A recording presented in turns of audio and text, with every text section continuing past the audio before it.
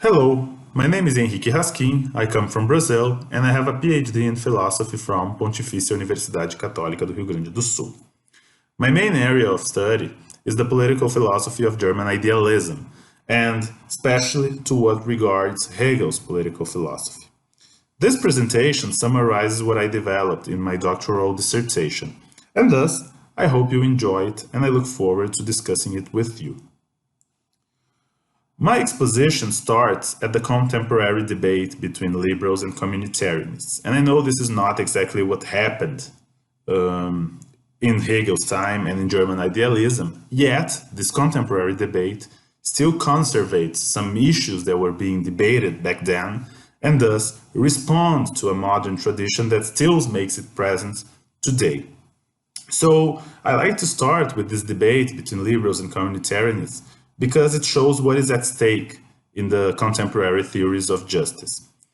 Both of them try to argue what is more definitive or decisive behind the constitution of law, institution, and the political spheres.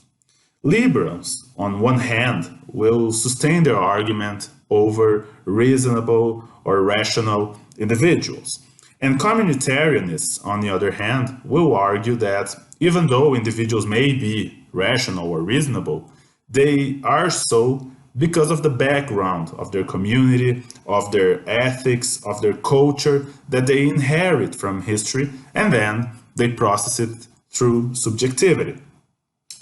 Both of these arguments, they have some trueness and yet they have some falseness. And that is why I start with this, because through Hegel, I wish to make a conciliation of both in a way that we could defend a dialectic communitarianist liberalism. So on one hand, we could argue that the liberals, they are right in bringing the individual into the center of the debate because they wish to do so in order to defend and safeguard individual liberties and freedoms through politics. If politics is built over free individuals, then politics could not in any way violate those individual liberties. On the other hand, the communitarianists are right when they argue that even though this may have sense in the metaphysical way, in reality, history makes itself present, and every single person that was born was already born inside a family, inside a community, inside a political sphere that existed prior to this person. So how can we argue that individuals build politics if when we are born, there's always politics present in community life? So what I wanted to show and what I wanted to develop in my dissertation was a dialectic approach to reconcile these both ways of thinking social ontology. How can we have a communitarianist defense of ethics, of justice, of politics, in the same way that we could argue the priority of individual freedom, of individual liberty, as if people built politics themselves? In this way, I divide this presentation in three main parts in order to build my argument. In the first part, I seek to present and introduce liberalism not as the result of a rational endeavor or as the product of a transcendental reason, but liberalism as a communitarian endeavor that develops itself in history and through the context it was inserted in. So liberalism through this perspective, as we look to history, is already seen as the product of intersubjectivity, as the product of the circumstances, as the product of individuals who were living some political moment and decided to innovate and to create new outcomes in order to defend individual freedom, individual liberty, in order to build institutions that could guarantee that people were free. So I wanted to show that liberalism was not the product of one person thinking, but it was the product of a political and historical process that created the circumstances and the context which permitted and allowed people to come to these outcomes and to make it reasonable from the moment they were living. And basically this was some philosophers and people thinking politics vis-a-vis the tyrannical state of absolutism of their times, or the communitarian conception of society in the medieval times that did not allow people to be free and to accumulate wealth and to have their own freedom of consciousness. So in this argument, I see that one mistake that we should address and discuss would be the idea that liberalism itself is related to social atomism. So even though when we look to the philosophies of Hobbes, Locke, Rousseau, or even Kant, the most traditional liberals, we can see that they rely on arguments that come from social atomism as the foundation of the construction of politics. And one thing that I wanted to do in this part is to deconstruct this idea by the perception that liberalism was a process of seeking individual freedom from the context people were emerging from.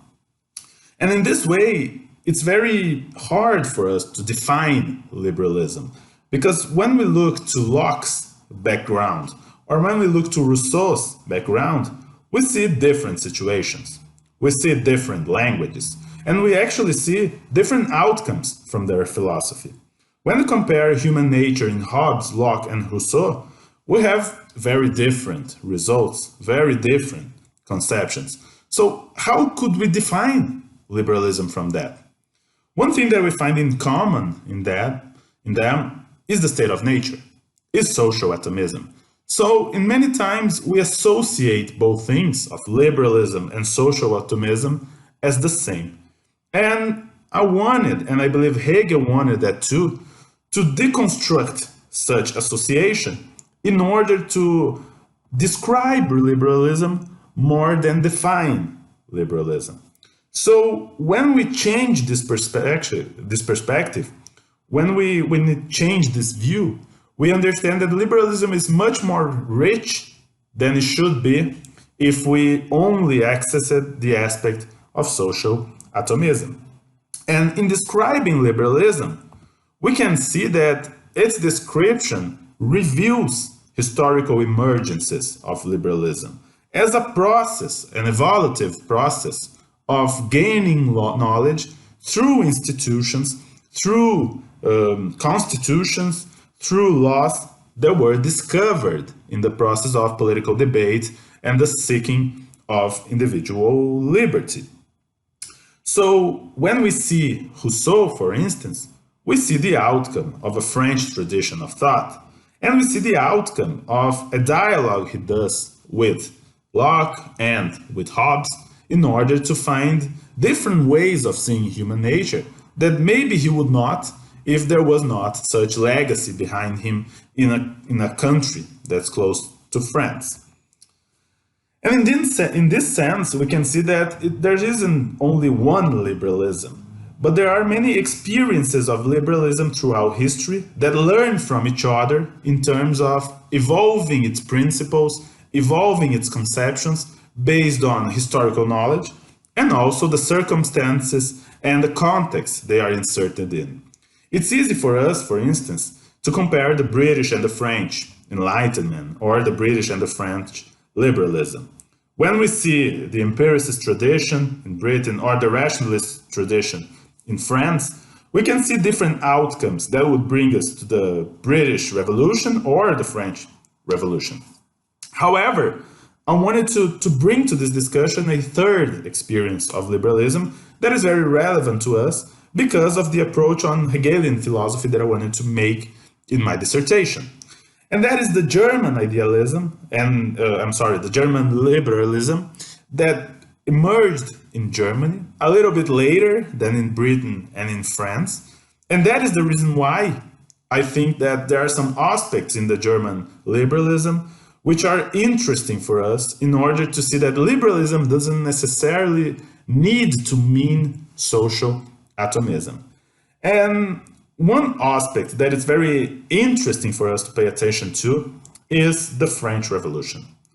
And Hegel, as a philosophy mainly in the 19th century, brings us the opportunity to think about political liberty, to think about liberalism after seeing the most traditional revolution that we could watch in modern times, bringing liberal principles in continental Europe. And Hegel, he had the opportunity to cheer for the revolution and to be very optimistic when Napoleon came to the German territories. But also Hegel had the time to see that that optimistic was in some sense wrong, that everything that liberalism promised so far didn't actually happen with Napoleon, didn't actually happen in some episodes of the revolution, such as the terror. And so Hegel saw that there is something wrong in this theory that generated a scenario of revolution that came as violent as it was before the revolution and as tyrannical as it was with the Bourbon monarchy. So in Germany as a whole, but mainly in Hegel, which I wanted to point out, it came the need of reviewing some of the presuppositions of liberalism, or revaluing liberalism in terms of understanding which foundations do not apply in reality and are the causes for a revolution that doesn't necessarily brought liberty for everyone who got access to it, or even to France, which did not overcome monarchy and in fact became again a monarchy after restoration. So that is why I bring Hegel in order to address 3 points or 3 main arguments of classical liberalism or individual liberalism that should be reviewed in order to fix and overcome that version of liberalism and maybe bring a better one, more evolved, that takes into consideration these aspects of social atomism that may be responsible for these individuals taking the revolution ahead and bringing much more tyranny with such process. The first argument is the analytical and aprioristic take on liberalism. The idea that liberty and liberalism as an ideology is a product of reason or transcendental reason, or simply a prioristical thought. The idea that there is a formula of liberalism, a category imperative, or something like this that would have us access to reason and thus create paradise on earth. Hölderlin once said that seeking to create paradise on earth, man created hell. That's pretty much the argument that Hegel is bringing, that in order to create freedom, they brought a very bloody revolution that did not fix the issues he wanted to. So it's not just a matter of thinking, of reasoning, but there's something more in there.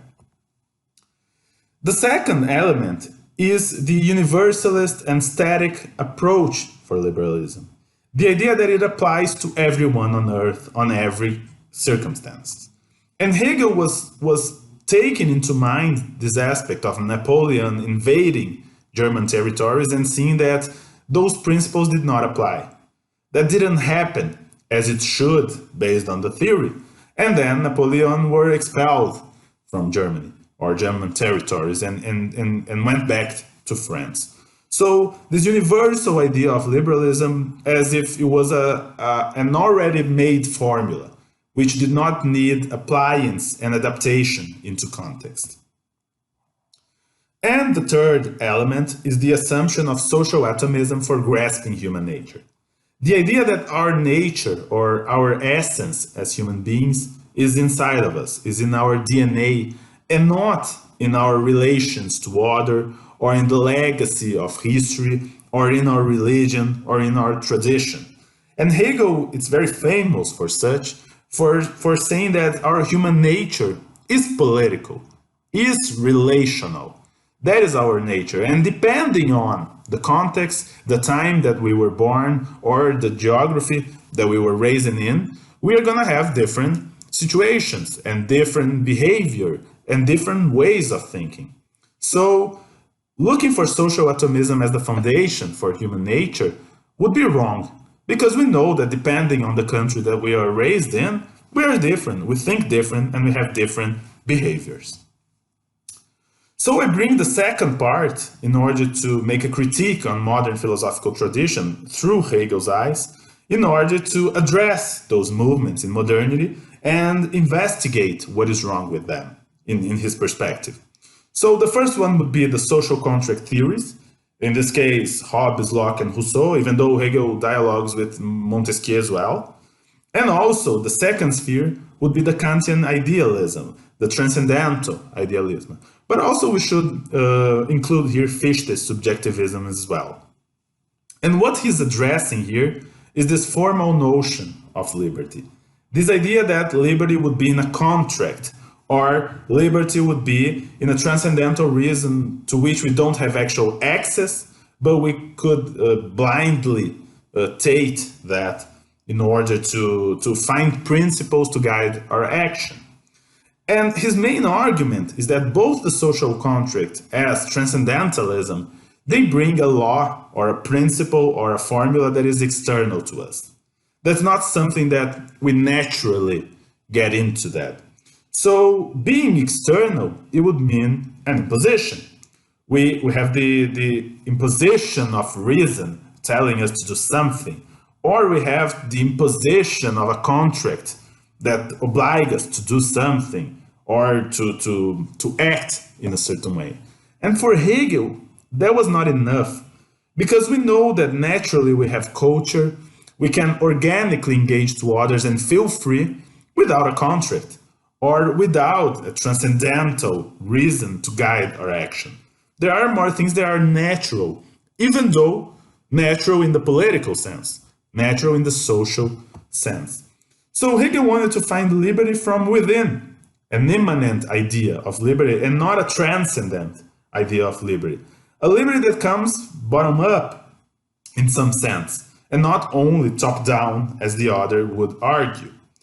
And then he would develop his dialectical methodology for exposing his principle through the unfolding of concepts. The idea that from the beginning, every outcome is already contained in them, and through time and through movement and through history, it comes unraveling and showing its aspects. And for liberty, that would happen as well. The way that our society is built and it transforms through time, it brings liberty time after time through the contrapositions of interests or the relations in society, and then it evolves towards liberty. So, based on that, we must admit that Hegel's thought should be the outcome of other thoughts prior to his. So when we speak Hegel vis-à-vis Kant, we actually consider that there would not be Hegel without Kant, or there would not be Hegel without Locke or without Hobbes. So every work on Hegel, at least on my dissertation, was interpreted as a historical dialogue with historical connotations, in order to derive from ontology the deontology itself, in terms of what is what it should be, because it is what it is. So, in fact, there is ontology, there is deontology, but they are related. They are not opposed to each other, as Kant would argue. Both of them are the same, and are which legitimate things that are what they are, based on the historical process of their construction. I looked both to the science of logic, to phenomenology of spirit, and the philosophy of right in order to show all these aspects through ontology, through epistemology, and through ethics, which were my main concern.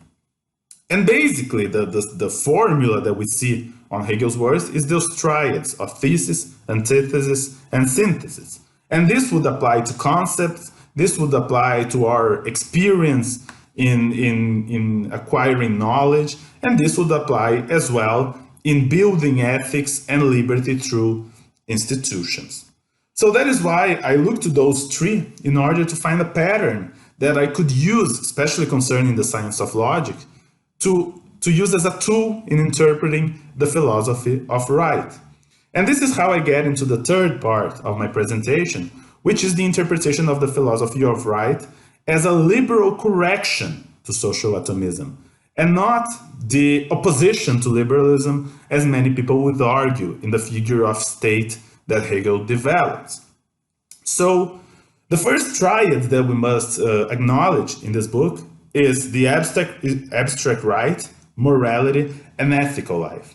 And my first interpretation is that the abstract right is a direct dialogue to contractualism of social contract theories, and morality is a direct dialogue to Kantian idealism. And it's very interesting because Hegel evolves from the idea of an external contract to a subjective notion of morality, from the abstract right to morality.